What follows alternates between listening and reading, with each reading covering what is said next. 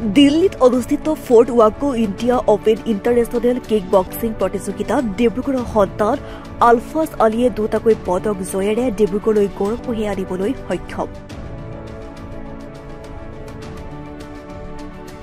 Yadav indoor स्टेडियामत अनुষ্ঠিত আন্তঃৰাষ্ট্ৰীয় এই kick boxing championship প্ৰতিযোগিতাখনে দুটাকৈ ইভেণ্টত অংশ লৈ ব্ৰঞ্জৰ পদক আজৰি আনিবলৈ সক্ষম হয়। ডিব্ৰুগড়ৰ বকুলৰ নিবাসী হজৰত আলীৰ পুত্ৰ আলফাজ আলীয়ে প্ৰতিযোগিতাখনত চমক সৃষ্টি কৰি সুদূৰ দিল্লীৰ পৰা মোহনবাৰী বিমানবন্দৰত উপস্থিত হোৱাত বহু শুভাকাংক্ষী উপস্থিত হৈ আলফাজক জনাই সম্বৰ্ধনা।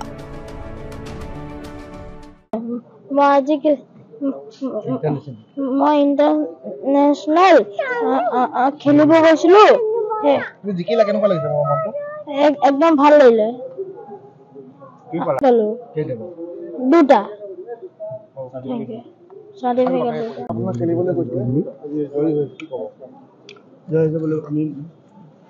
বহুত ডাঙৰ এচিভমেণ্ট আমাৰ স্পৰ্টছ একাডেমি আৰু Dibrugarh district kick boxing association মই প্ৰেচিডেণ্ট হওঁ।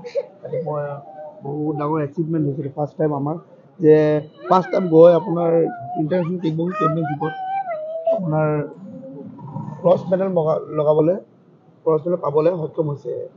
ডাবল ইভেণ্টত kick light and point fight. ত' এইটো আমাৰ কাৰণে ডাঙৰ এচিভমেণ্ট। আৰু ডিব্ৰুগড়ত মানে আপোনাৰ 10 yearsৰ ফাৰ্ষ্ট ল'ৰা আজি ডাবল ইভেণ্টত ব্ৰঞ্জ মেডেল পাইছে। এইখিনি পাই আমি বৰ সুখী হৈছোঁ আৰু আগলৈ আৰু তাত গৈ বহুতখিনি এক্সপিৰিয়েঞ্চো আনিছে।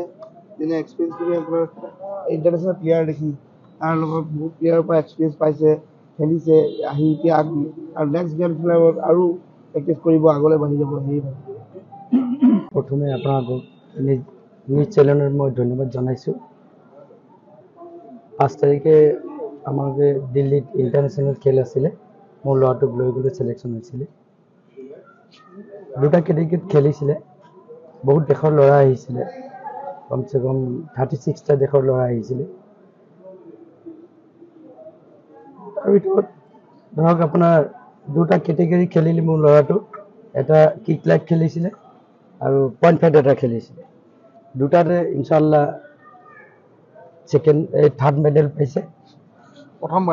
প্ৰথমবাৰ এইবাৰ ইণ্টাৰনেশ্যনেল খেলিবলৈ গ'ল আৰু আশা কৰোঁ বাহিৰত ধৰক যাবলৈ আশা আছে। মই মোৰ ল'ৰাটোক দোৱা কৰিছোঁ যে আৰু বাহিৰলৈ গৈ পিনে ইণ্ডিয়াৰ নাম কৰি আহক, আমাৰ ভাৰতৰ নাম কৰি আহক, অসমৰ নাম কৰি আহক। মই এইটোৱে শুভকামনা কৰিছোঁ আৰু